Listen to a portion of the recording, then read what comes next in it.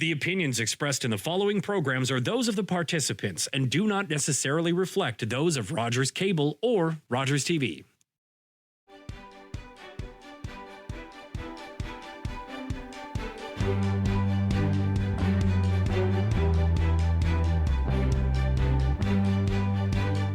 Hi, and welcome to Politically Speaking. I'm David Shearman. My guests today are Mayor Sue Carleton of Georgian Bluffs and Niall Lobley, who is certainly no stranger to the program. He is the CAO of Georgian Bluffs. And I hate to tell you, friends, this is the last program of our 23-24 season.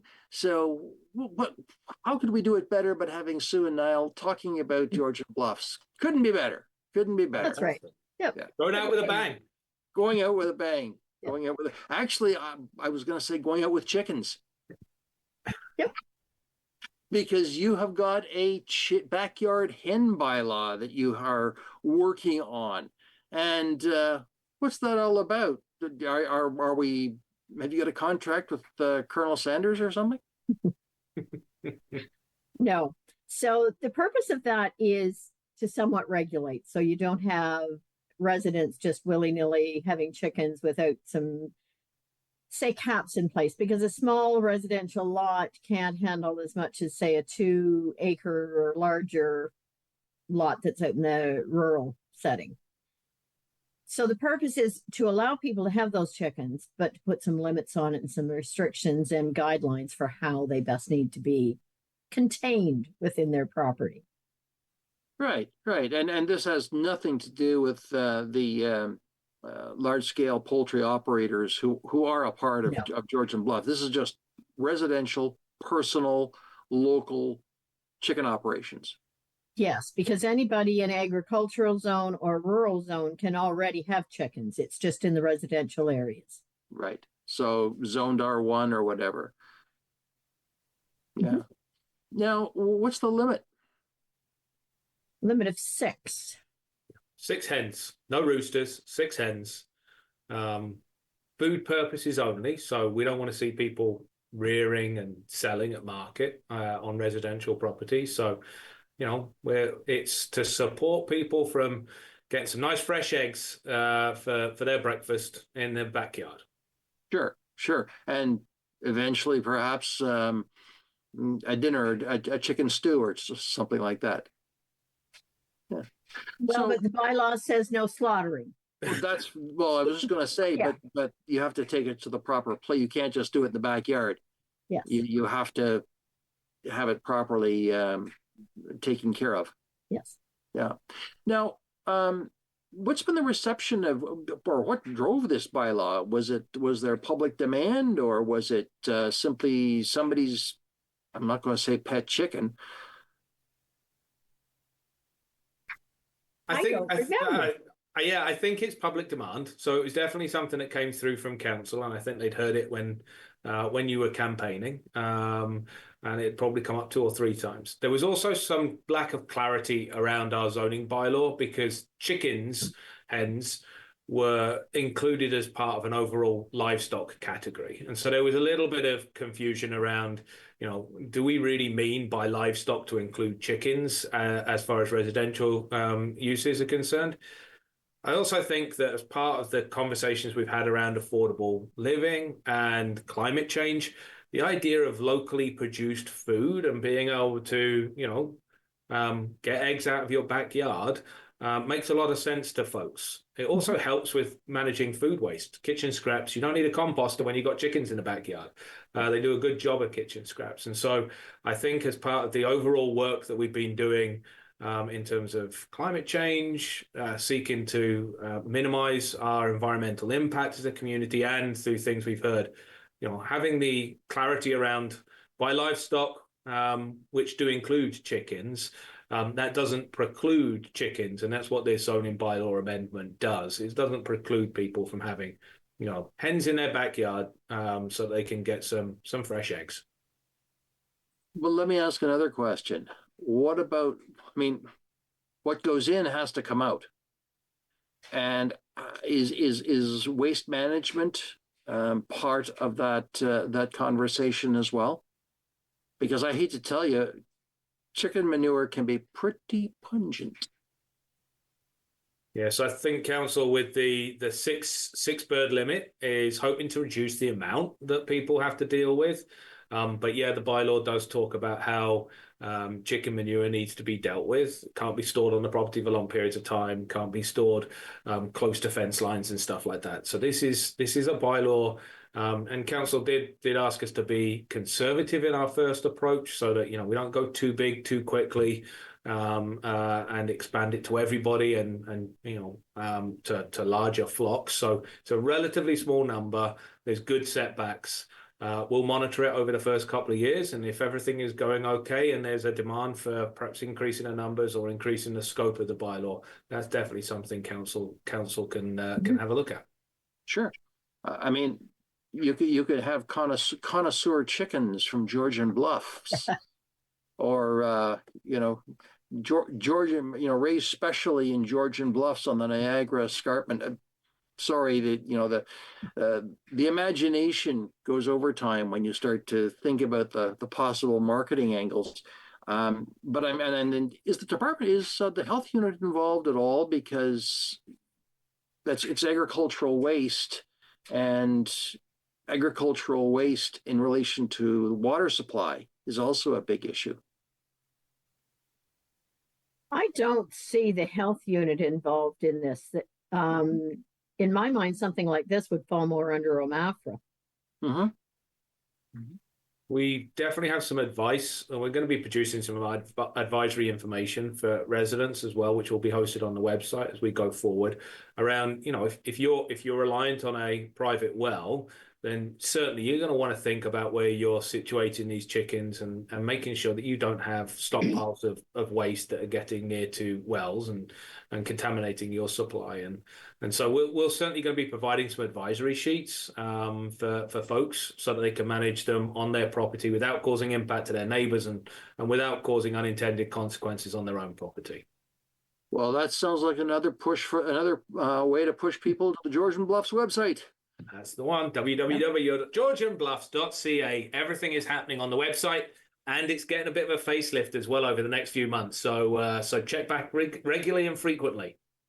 Yes, because one of the things that is sort of driving municipal government these days is, I hate to say the internet, but the web, and more functions are being moved onto it. You've got web-based permitting, don't you?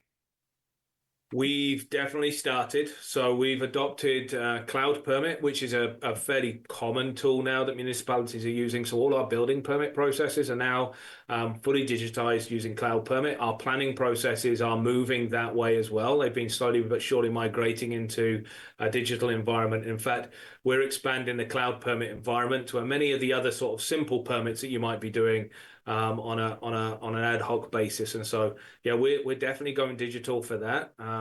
Looking forward to bringing more digital services, and might be a great one for us to come back to in the fall, looking at some other digital services that we can bring online as well. So really trying to improve that accessibility to community, to being able to contact us 24 hours a day, as well as the 8 or 9 hours that we have the office here open for.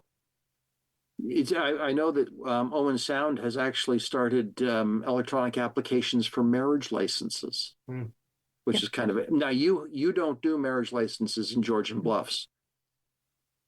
Smaller municipalities often don't, but I know that they've gone that way, and we shall see how it is. But yes, we'll have to come back to that in the fall, because there's a lot of things that are getting pushed to the cloud, as they say.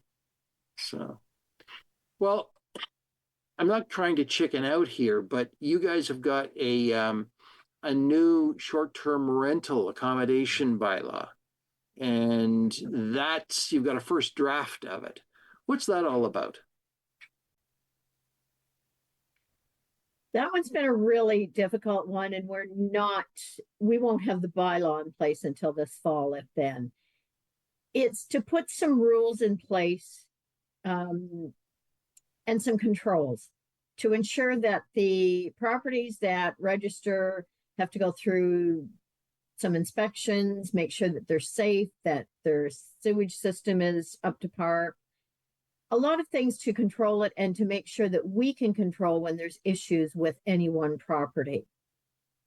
And I might turn it over to Niall because he's got a lot more on this one than I do. I keep reading everything, but there's a lot to unpack on this.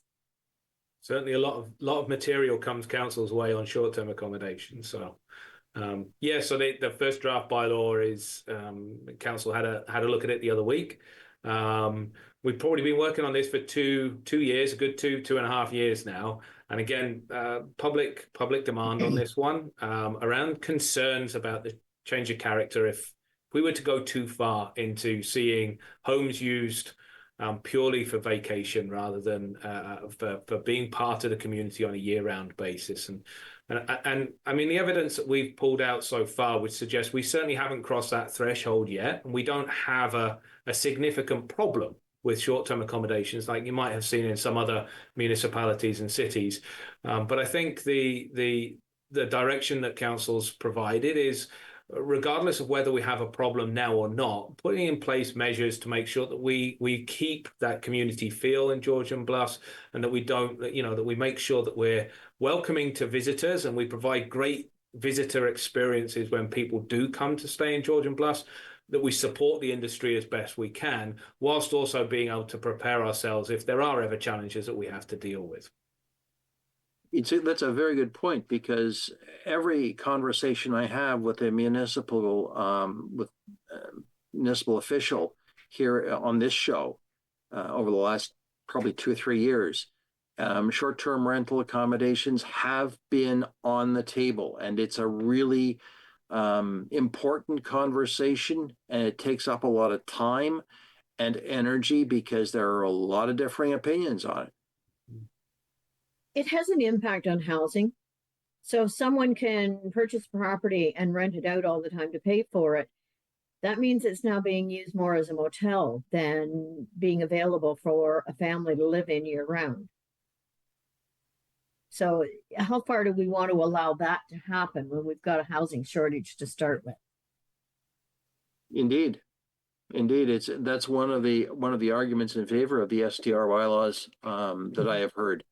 And it's interesting to see, because you've got on one end of the county, you've got Town of Blue Mountains, which probably has the most progressive and longest experience with the STR legislation. Mm-hmm. And on the other hand, you've got places like Georgian Bluffs and Owen Sound, which are just getting into it. It's not part of the systems yet, but it's coming, and it's coming quickly.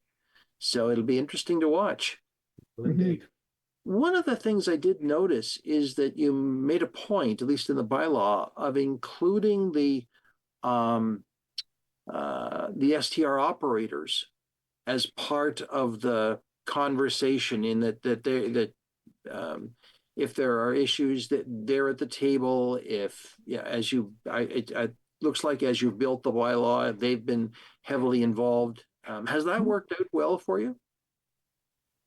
So I think it has. I mean, I think for me, when municipalities have good conversation with community, it's when all voices are heard. And I think one of the really important things is to try and balance arguments and make sure you hear from all perspectives. So one of the things I think the staff and council team were acutely aware of as we were heading into this is short-term accommodations are actually the tourism industry. They're the tourism backbone for Georgian Bluffs. We don't have a large hotel or motel presence. We certainly have a couple. And we do have campgrounds and campsites that bring visitors to the area. And we have a long history of cottage ownership, which is a form of a short-term accommodation, whether it be within your family or family and friends that use that over periods of time. So I think one of the things we wanted to be really cautious about as we took our first steps towards this is that this is a bylaw which strikes a balance between trying to address concerns of community that might arise, but is also supportive and works to support short-term accommodation providers from being that backbone of tourism in Georgian Bluffs. We want those volunteers. We want people to be stopping off at Big Bay and grabbing one of their ice creams at the store there, or grabbing breakfast at Elsie's Diner down on the Strip. These are important businesses in the township which thrive off both our community that is here, but the community that passes through and the community that comes to visit. So short-term accommodations are important, and including the voices of short-term accommodation operators was an incredibly important way to do the bylaw. The other thing is it won't be successful if they don't buy into it. And so we needed a bylaw which was going to be accessible to operators. If it became inaccessible or set up hurdles that they couldn't achieve, then the bylaw would lack any success if it didn't have buy-in. And so including operators in the conversation was a really important part of where we've landed to date. Sure. I could add to that, it would be that they are also aware of some of the pitfalls, some of the things that happen with those who are maybe not following good neighborly rules and such. So they're aware of that already, and they can bring that forward. They understand where there needs to be improvement or could be improvement. So it's helpful to have their perspective. Sure. I think the other thing to remember too is that while Georgian Bluffs doesn't have any hotels, we are in a shortage in this part of Grey County in terms of accommodations. Mm-hmm. I was talking with one of the hospitality operators recently, and it's crazy. They're just, all you need is a hockey tournament and we're out of rooms. Or a ball tournament. Or a ball tournament. Yep. And so the fallback then becomes the short-term rental accommodations. And maybe they're not marketing to that group. I don't know, but it doesn't take much. It doesn't take much. Yeah. Niall, have you ever done any surveys of how many tourists come into Georgian Bluffs? Or has there been any attempt to quantify the tourists or the tourism in Georgian Bluffs? So not specifically and not perhaps comprehensively, but certainly as we went through the background work in regards to short-term accommodations, we did try to pull some scary big brother data from the various different organizations that are out there. We work closely with the regional tourism organization to try and understand a little bit about who's coming to Georgian Bluffs, how many people are coming to Georgian Bluffs, and also trying to understand, where they're going, what they want to do when they get here. And through that work, we discovered, well, unsurprisingly, we have a very, very busy through route, which attracts stopping off. Highway 6, there's literally millions of people heading up the peninsula and coming through the township. And that's a really important market for us because we want to capture them to stop off and have coffee in Shallow Lake before they go on up the peninsula or use a gas station in the township. So that's one market, but the second market is the one that gets off Highway 6 and out of Highway 21 and it stops here. We don't have huge numbers that we can rely on to say how many people are doing that, but we were able to identify that we have a fairly wealthy tourism base. They regularly come here, routinely come here. So a visitor here once will be a visitor here a second, third, and fourth time, and they're quite invested in the environment, which is really resonates with some of the work that council has been pioneering over the last few months in regards to how do we protect and enhance the environment here, because that's what people that are coming here regularly and routinely are coming for. They're also looking for that slightly quieter experience, not the busyness of the peninsula, perhaps not the beaches of Wasaga, Blue Mountains and Collingwood, but looking for that Georgian Bay experience that's got good, strong community around it. And so there's definitely something we can build on there. And I hope over coming years, we're able to delve a little deeper into understanding how many tourists we get and what they want from the township. I think that's some of the untapped gold, if I may use that phrase. Cobble Beach may be one of the nexus for that, but even something as simple as gas, you mentioned you want them to stop for gas. Well, with no gas stations in Wyerton anymore, you've got the lock on 6 and 21 for gas. I mean, on the reserve, there's gas stations on 21, of course, as well as at Springmount. But there's a gas station in Shallow Lake. There's Hepworth. Although that's And the next one's Ferndale. And next one's Ferndale. Yeah. Just no, you're not going to put up a sign on Highway 6 that says "Last stop for gas" before Ferndale or something like that. I can imagine the station at Springmount would love it if we did. I'm sure they would, and so would the guy in Shallow Lake. Yeah. Oh yes, yes. It's and that was a very bizarre situation, but that's neither here nor there. It's also not Georgian Bluffs. No. But the other thing is that you spoke of the Highway 6 corridor, and that's has that been taken into account as a major advantage for Georgian Bluffs? So I think the corridor, we can make more of the corridor over time. It's one of those pieces which hasn't been a significant priority, but we did note that 600,000 plus people a year are using that corridor to get up to the Bruce. And that's a lot of traffic that's coming through.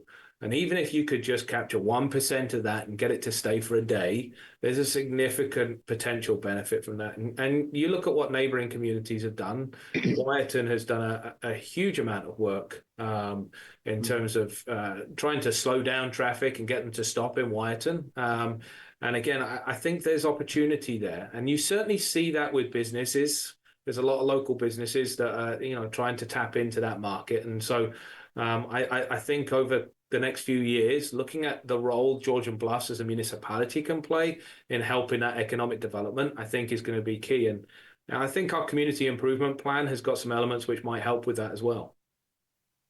Yeah. Well, that's good. That's good. Now, you're not going to have the OPP sitting on 6 all the time. That's not the way you want to stop traffic coming into Georgian Bluffs. That's for sure. It's one revenue source, and it's one way of stopping cars, but perhaps not the way of leaving a lasting positive memory. How true. How true. How true. And you don't get a cut of that anyway. That's purely this purely goes to the county and the province, I guess. Yeah. So, well, let's shift a little bit because we're coming up on our break. Let's talk a bit about Canada Day. This is the last show before Canada Day. What's happening on Canada Day in Georgian Bluffs?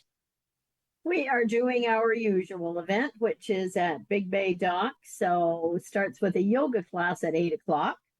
And 9 o'clock is the flag raising with some local dignitaries, then followed by breakfast by Heat and Eat in Shallow Lake with pancakes, waffles, bacon, and coffee. And then later in the day, Cobble Beach, starting at 4:30, they have live music on the patio, 6 to 9 live music outside on the wedding green, and bagpipers' rendition of "O Canada" at 9 o'clock with a fireworks show after that.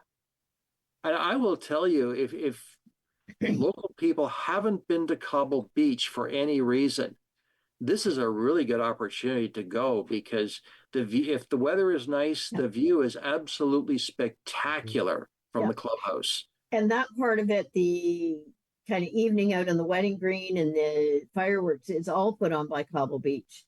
It's totally free to anyone who chooses to be there. And I was there last year. It was beautiful. They do an awesome job of it. Yeah. The only thing I would caution is that if you are there during the day, there's no shade. This is true. There's no shade. So take an umbrella for the sun protection or slather up on your sunscreen or sunblock. Yeah. But our biggest thing really is Big Bay first thing in the morning, which is nice. It's a lovely ceremony out there. Yes.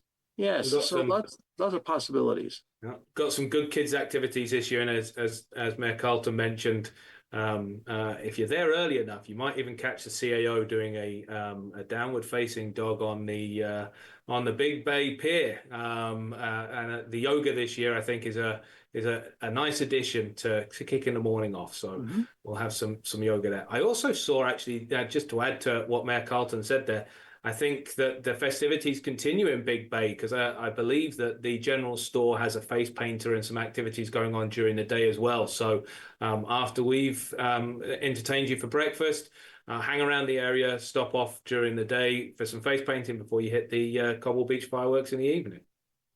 And you can enjoy the ice cream at Big Bay. 24 flavors, I understand, this year. Not that I'm doing too much of a plug, but I do like my ice cream, and they do good ice cream. Well, 24. What's your favorite flavor, Ned? So I'm actually going to I like a rocky road. That will be my go-to. But I'm actually going to promote a business the other side of Georgian Bluffs just now, because the Lloyd Smoke Shop in Wyerton also does incredible ice cream, and they did a amazing apple ice cream last year. Oh, that's interesting. Never had apple ice cream. Can't eat ice cream very much anyway, but that's interesting. Oh, lots of reasons to wander the roads of Grey Bruce this summer. Absolutely. Yeah. Now, Sue, what's your favorite flavor at Big Bay, or do you have a favorite flavor? I'm not a huge ice cream eater, so I usually fall back on maple walnut or chocolate. Hey, nothing wrong with that. Yeah. As long as it's made with local maple syrup, we're good. That's right. I would add, there's some other things in the municipality, like Keblecroft Gardens, which is right there at Big Bay, and Follow Grey Road 1 right around to Oxenden, and the Ajijac painting that's on the side of the building there. Yes. And the different Centennial Gardens and Cedar Hill Garden or Park. Yes. Because Grey Road 1 has got a whole bunch of little gems. Yes.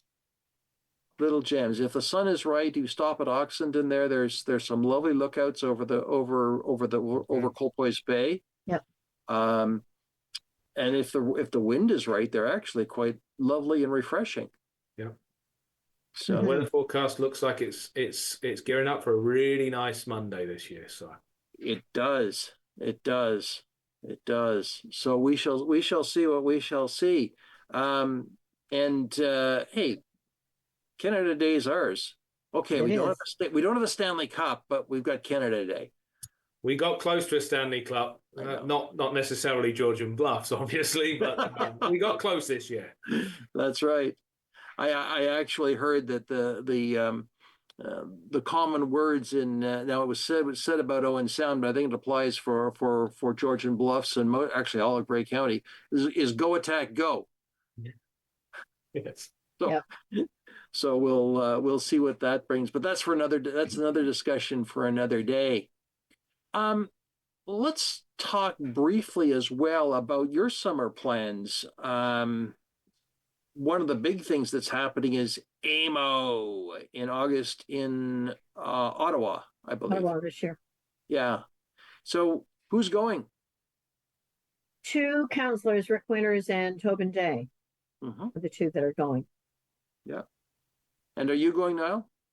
No, I'll be missing this one. I'm taking a trip back home to see the family. So back to the UK for a few weeks this year. And Sue, you're not going to AMO. No, I'm going to my nephew's wedding, which is at that exact same time. So well, I'm opting out of AMO for this year, but I did Roma, I've done Police Services Board, I've done OSAM, so yeah. You've had your conferences for this year. I have. Okay. Well, look, let's go on. Let's take a break now, and we'll come back because, we've got more things to talk about. I'm David Shearman. This is Politically Speaking. We'll be right back.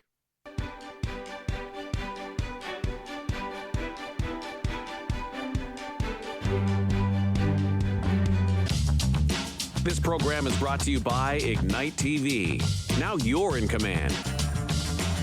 Visit Rogers.com for more details.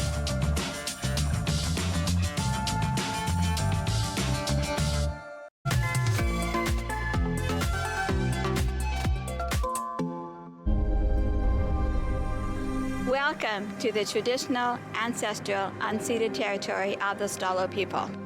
The Stalo are people of the river.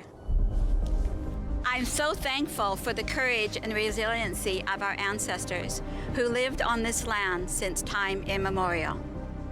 Each of us have gifts from the Creator, and our Creator has a plan and purpose to be fulfilled in our territory. As we embrace our traditional teachings, we can lead the next generation into the fullness of what our Creator designed. Our shared history reveals a broken relationship, but as all Canadians commit to hear truth, acknowledge injustice, we can learn to walk in our traditional way, Letsamot, with a good heart and a good mind. Then all of our lives will be enriched. Kwasai. You're watching an interesting local show on Rogers TV and you want to know more. That's when you head to rogerstv.com. Our website provides more information about our programs, our hosts, our schedule, and about how you too can get involved with Rogers TV. Visit us online at rogerstv.com.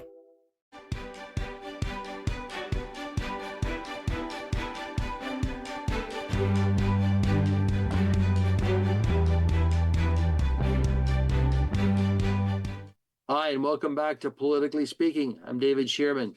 My guests are Mayor Sue Carleton of Georgian Bluffs and Niall Lobley, who is the CAO in Georgian Bluffs. And we've been talking about chickens and about Canada Day and all kinds of stuff like that. But hey, we're heading for summer in Georgia, in Grey Bruce, and I'll tell you, there's no better time. No better time at all. It's we don't have to worry about snow. We don't have to worry about anything but rain and maybe tornadoes. We just had another tornado alert just not too long ago, but there didn't seem to be any damage that I heard about.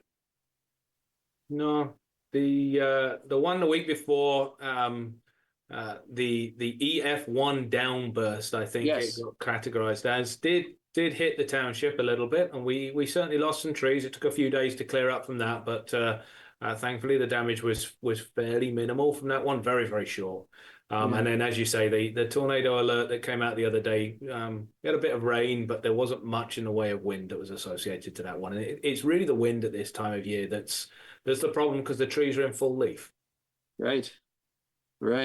And it's amazing the power of that wind to take down trees. I saw what the downburst did here in Owen Sound, at the bottom of St. Mary's Hill, and there's still a stump that's been ripped right out of the ground. We kind of think, oh, that doesn't happen. Well, it does. Mm-hmm. So anyway, let's move on to another bit of stuff, actually looking back. Now, the municipality had a self-guided homes tour, which was showing off green technologies. What's that all about? Yeah, it was an incredible success story. Very much a partnership between the township and Georgian Bluffs Climate Action Team, which is an incredibly active volunteer group that we have in the township here, and it was driven by several of us coming together and talking about changes that had been made to people's properties and how they had made those changes, and leveraging, contractors and governmental grants and stuff like that, and saying how difficult it can be for people to know that stuff's out there and how useful it is when they speak to a homeowner that has it. And there was the nugget of the idea. Well, if we found it useful talking to each other about technologies, how about we open up some houses and have people come round and talk to the homeowners about what it really is like to live with a geothermal heating system or a solar panel array in your backyard, or how to sustainably manage your garden so that you can get fruit and vegetables from it year round. So that's what this was. 10 houses, 10 residents opened their doors. We had between 150 and 200 people come through. It was really popular. And it was incredible seeing the level of organization that folks had. They had a list of written down of the houses they wanted to see, the questions they had, and who they wanted to talk to. And we had a whole bunch of contractors support the day as well, where they had installed technology in somebody's house.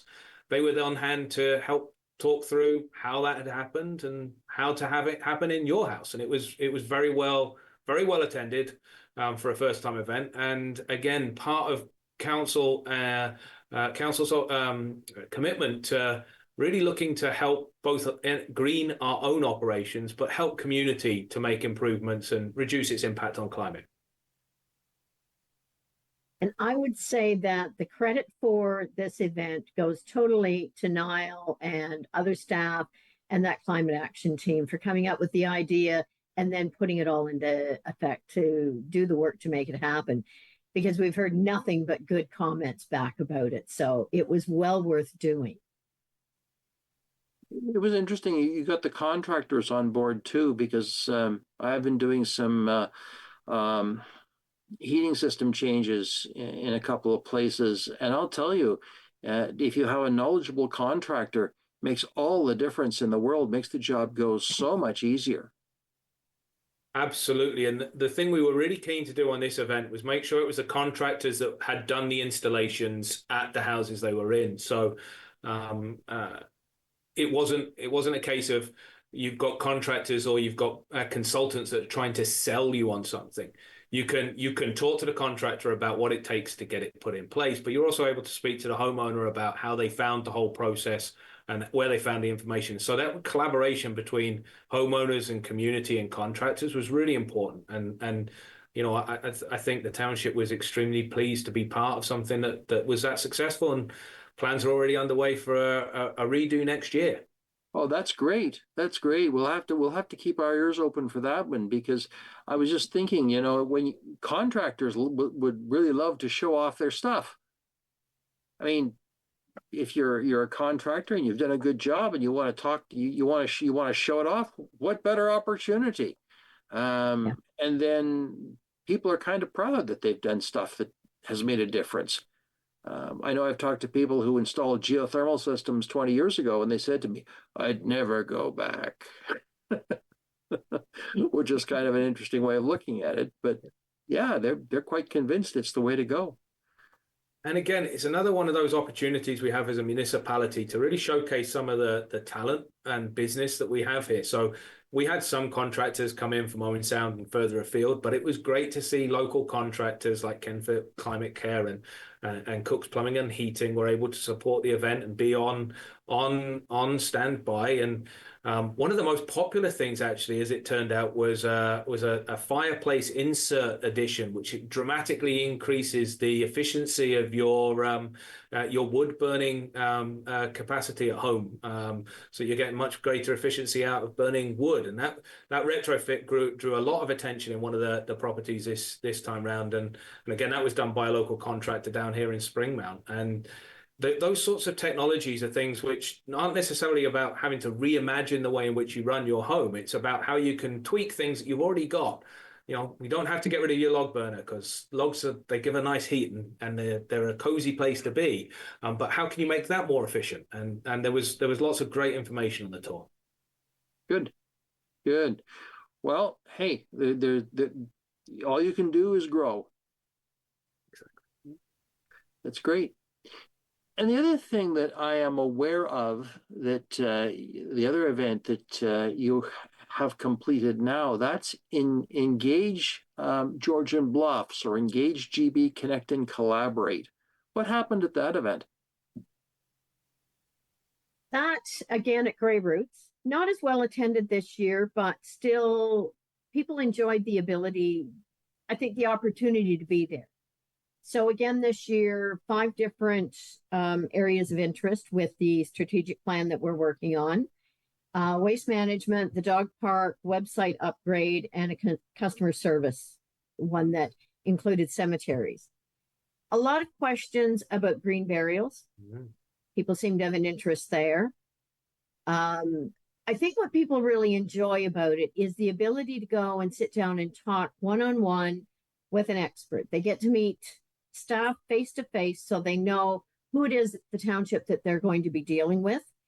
And they appreciate it. They appreciate the time taken to do that. And Grey Roots is the perfect spot to do it in. Mm-hmm. Now, when you, it sounds like you had quite the varied topics there. It was, I'm curious, cemeteries, And I'm sure there was more than just green burials. So that was with the customer service, and two of them were kind of set to talk about anything on customer service. But that was the thing, because the clerk who was there also looks after the cemeteries. That seemed to be the item that was of most interest to people this year. Interesting. It's that's a whole other conversation, Sue, as you and I both know about municipal cemeteries. Yep. But it's good. It's good that people are taking it seriously and taking an interest in the whole subject, because it is part of reality. Yep. Good.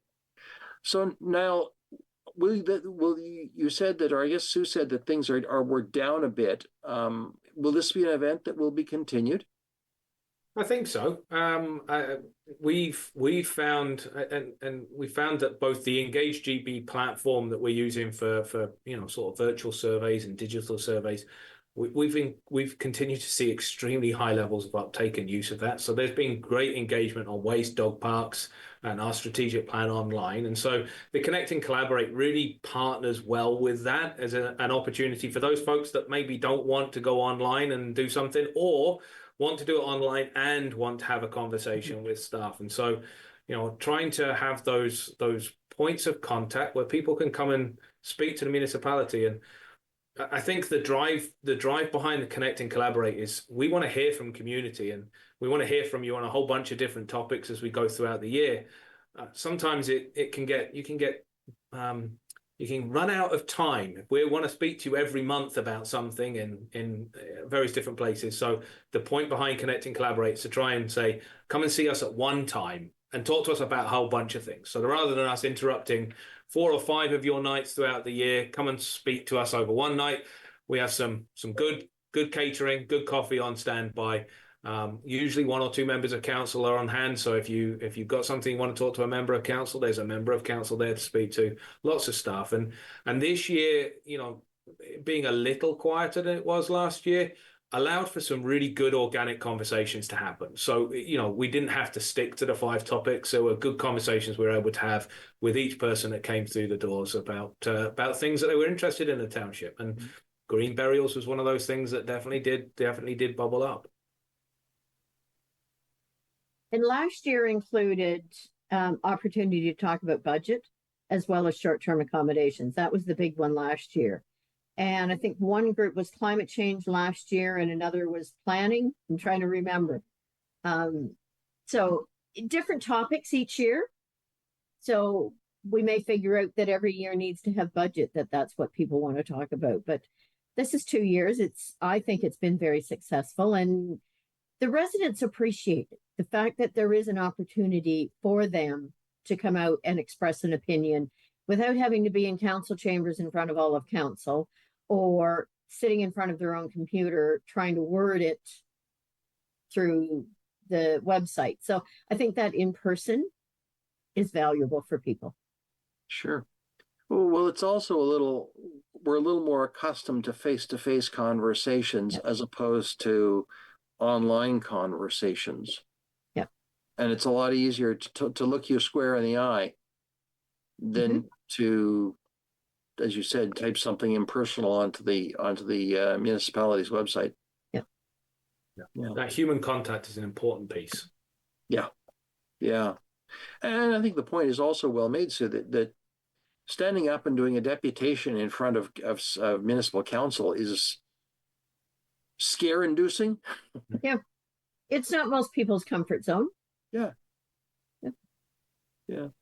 And I think when you're entering something online, there's always a question, is anybody ever going to read this? So at least when you're face to face, somebody's listening to you. Right. But for anyone that's watching, we really do read everything. So please do keep giving it to us. Well, I was going to ask you about that, Niall, because one of the things that the city manager in Owen Sound said at a recent council meeting was, if you use the report of concern and put it online through the city's website, it gets tracked. Yeah. Yes. And we know where we haven't answered, and we can come back to that, and we can say, oops, we need to attend to that. Is that same system used in Georgian Bluffs? Absolutely. So we call it Contact GB here, and it's right on the homepage of the website. And even when you phone up and tell us something, it goes into Contact GB. If you use the online tool to put your information in, you get sent a ticket number. It's a 6-digit number, and they start with a 4 at the minute. They were starting with a 3 last year, but they start with a 4 this year. And that 6-digit number is your way of holding us accountable. So you'll receive updates as we work on the issue that you've raised with us. When we close it, when we think we've dealt with your issue, you get a notification telling you it's been closed. And if you don't think it's been dealt with, or if you haven't heard from us, you can hold us to account. Phone us up and say, this ticket number hasn't been addressed. I would like to know where it's at. And it's a really good way for citizens to be able to track progress on issues and for us to keep a good handle on how quickly we get to things. And some things will take time. Sometimes a ticket might be able to be resolved within a few days or a week or two. Sometimes they may need to wait until we get the budget authority to do something the following year. So sometimes they can be open for a while, but it really is important for us to track as much as we can to make sure that we're addressing citizen needs. And so it really is the quickest way. The other thing about these systems is there's always somebody that reads them. And so, if it's something that comes in for our operations manager and our operations manager is on vacation for a couple of weeks, there's somebody that's reading that ticket and able to get to it. And it means if there's a priority, it doesn't get lost in somebody's inbox or on their voicemail waiting for a response. It means that somebody's getting it. So it's the best way of getting in touch with us and keeping track of issues you raise. That's very interesting because it's a helpful reminder that of two things. Number one, somebody does read this stuff. And number two, sometimes a concern can take more than just a few hours to resolve. And I can confirm that it does work because this past Saturday morning at about 11 o'clock, I got a call from a resident about a side road that was in poor shape, and they wanted me to go and take a look at it right then. I needed to look at it while it was still wet so I would get the full impact of it. So, and I did. I went out and looked at it that afternoon, and I put the comment in on Contact GB about what the resident had identified as the issue. And I had a response back right away saying it had been received, and then an answer back on Monday as to what solution had been arrived at for now and what would be a future solution going forward. I think that's incredibly funny that the mayor herself uses Contact GB to get some action out of staff. Well, not all residents feel comfortable. They don't want themselves identified. They want to stay anonymous. They don't want to seem to be that squeaky wheel. Mm-hmm. I have no problem going on and typing my name in and identifying this was a concern of a resident. I don't have to identify who, mm-hmm. but I can identify the concern so it gets lodged for the resident. And then I take a look myself, and it does get through the system. Yeah. Well, it's like I say, irony aside, it's a good system, and it does seem to work. So we encourage people to do that as best you can. Mm-hmm. It also means you may get a few fewer phone calls. Maybe. Probably not. Well, there's one more issue that we haven't touched on, but I know that is a big issue in a lot of municipalities, and that's garbage. Garbage. That's Niall's. Niall is the resident expert on garbage. Wow, that was quick. That was quick. I'm not. Well, I was going to say, Niall, do you feel that you've been thrown under the bus for the garbage truck? No, he's not that bus under the garbage truck. Under the garbage truck. Yeah. Yeah, so waste is it's a common conversation. I mean, I think in some ways, and we've spoken before on the show, David, around the fact that local municipalities are the closest order of government to everyday life. And when you look at the services that municipalities offer, garbage is the one that probably most people identify as being one of those top priorities. Aside from roads, which they drive over or pass over every day, garbage is the service which turns up at your doorstep every week, you hope, and we do get there most weeks, and takes your garbage away. And you'd very rapidly notice if we weren't doing it, and it's one of those really important services to people, and they feel passionately about. So We have a new contract that we need to get into, not for a couple of years yet. So it's not until June 2026 is probably when we're going to see a new contract. And so it feels odd to be talking in June 2024 about making those changes. But just because of the length of time it takes to bring on new vehicles, new equipment, and a new contractor, we're thinking waste right now to make sure that we're ready to go with a new contract in 2026. And it may be with our existing contractor, maybe with a new contractor. That's the process that we're going through right now. So it'll be an RFP, and then council will consider the RFP as presented, and there'll be decision made. Correct. So the way at which it'll probably work is we're hopeful to get an RFP out probably over the next couple of weeks, actually. It might be out over summer. Look for some responses. We'll take those responses back to council and then enter into a contract negotiation. So we don't know what future of waste management services will look like in the township. And so we know that when we hear back from the RFPs, we want to be able to build a service which is responsive to community needs. And we've had the engagement running to help tell us what community wants out of its garbage collection and that responds to council needs. And so the RFP will give us some contractors, and then based on the award of that, we'll then be able to build the service which community wants so that we have that ready to go in 2026. Now, the provincial government has made big changes to recycling. Is that going to be a part of the new contract as well? It's not a direct part. So by 2026, the province will then be dealing with all the blue box material, which we do at the minute. So they will be taking that program on. And so, but it does have a really big indirect impact. And so, we need to figure out what that provincial contract will look like for collection and understand a little bit about that. What that will do to the landscape of waste management contractors that are out there that can provide services. And it also changed the nature of the service what we might be able to offer. And it's going to have an impact on cost as well. We may, whoever gets the blue bin stuff from the province is going to have a fleet of trucks fairly close by that can come up and do the work. And that's almost certainly going to have an impact on the availability of contractors and the cost that we have to pay for the collection of the other bit of the garbage. Yes, indeed. It's and there's only a limited number of contractors who actually do this kind of service. It's not as if you can pick and choose. Now, the marketplace has definitely changed over the last decade to 15 years. Smaller contractors have found it a more and more competitive environment and been bought out or merged with some of the larger contractors. So there are 4 or 5 large North American companies now that kind of dominate the industry. Some of them are Canadian, some of them are North American. And a lot of it's to do with where the waste is going as well. Municipalities we used to have a small landfill site of our own. Increasingly, landfill sites, those small landfill sites are reaching the point where they can no longer be operated and are closing. And so there's a reliance on, taking garbage out of communities and into larger landfills that are commercially managed. I was talking to someone very recently who said, I'm from Watford.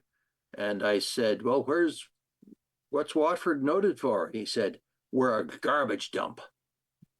And I thought it was kind of an interesting way of defining a municipal identity, but it's true and I believe our garbage from here goes to Watford. Don't think it goes across to the US because there's another big municipal garbage system out across the St. Clair River in Michigan. But I think most of the garbage, in fact, all of the garbage from here goes to Watford right now. Our garbage does not go to the US, and certainly Michigan has taken a large amount of Southern Ontario's garbage for a long period of time. But as I understand it, again, I'm not necessarily a waste expert, but as I understand it, Michigan's beginning to run out of space itself, and so the costs of shipping garbage, and that's going to be one of the things over the next few years is we need to get less and less and less garbage going to landfills more and more garbage being reused or recycled, or alternatively disposed of, such as source-separated organics, conversation which I know Owen Sound has been having over the last few weeks, and certainly one that I'm sure, as we hear back from our RFPs, will be a conversation in the township. Will organics be a part of that proposal, do you think? I'm absolutely confident that we will have a conversation around organic waste. The province's changes to the Blue Box program are wrapped up in a Material Recovery Act from 2016. And there's a lot in that act. And one of the things is also reducing the amount of organic waste that goes to landfill. Organic waste in landfills is a big methane generator, and they want to stop as much of that from going there as possible and find better ways of managing that organic waste. And so, yeah, we will definitely be having a conversation around organics. I don't know what that will mean, but there will definitely be part of the conversation. Mm-hmm. I remember, speaking of methane, when I was growing up, I lived near an old garbage dump, and down in Mississauga. And what was really interesting, it was an old quarry that they just turned into a dump. But what was really interesting is they actually flared off the methane. And what would happen is sometimes the flares wouldn't work, and the next thing is the fire department had to show up. So it's a complex situation, to be sure. And, is it useful for us to be trucking our garbage 4 hours to Watford? Well, those are questions we've got to answer, don't we? Yep, indeed we do. Yeah. And that 2 years from now, that will bring us in right close to the next municipal election, won't it, Sue? It will so. November or October of 2026. So do you think garbage will be an election issue? I don't know, because by that time we should have our new contract in place, and it should have been kind of working well enough, we hope. It'll depend, I guess, on how well the new system works or not, whether it's going to be the next contentious election issue. That wasn't a fair question, Sue. Yeah. I mean, 2 years from now, who knows what could happen? There'll be lots. There'll always be lots, and there should be. Yeah. It's better when the residents are involved in asking the questions, because then you have the chance to give them the answers. Sure. And it sounds like Georgian Bluffs really wants to engage its residents to make sure that they're well informed. Yes, very much so. Definitely something I've heard strongly from council is making sure we hear from residents in making decisions, that we bring those voices to the table when we're making those decisions. I think is something which council has definitely shared. They're passionate about. Right. Well, if no one's going to AMO this summer, and you're going to England, Niall, and Sue, you're going to a family wedding, and who knows what else is going to happen. All I can do is say to you, safe travels, and I hope that when you're back in the fall, and you will be back in the fall, that we'll continue the conversation and see what's developed. Indeed so. And thank you, friends, for being a part of Politically Speaking. I'm David Shearman, and yes, we'll be back in the fall. We'll talk again.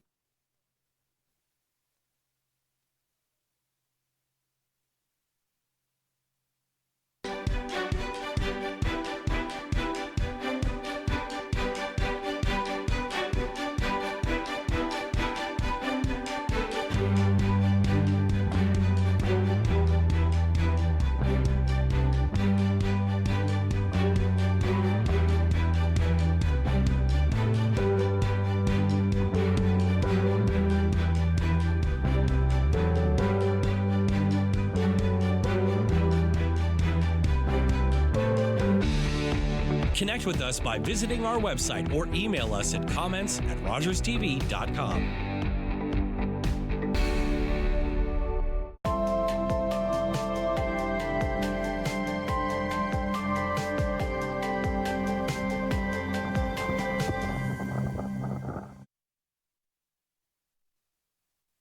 I'm Carol Merton. Please join me for HealthLink, a program connecting home, community, and healthcare. Please join me and watch HealthLink on Rogers TV. Rising from the ashes, spreading my wings wide. No more holding back, I've got nothing to hide. If you cross me once, you will feel my thunder shower. So don't mess with me, 'cause I've got the power.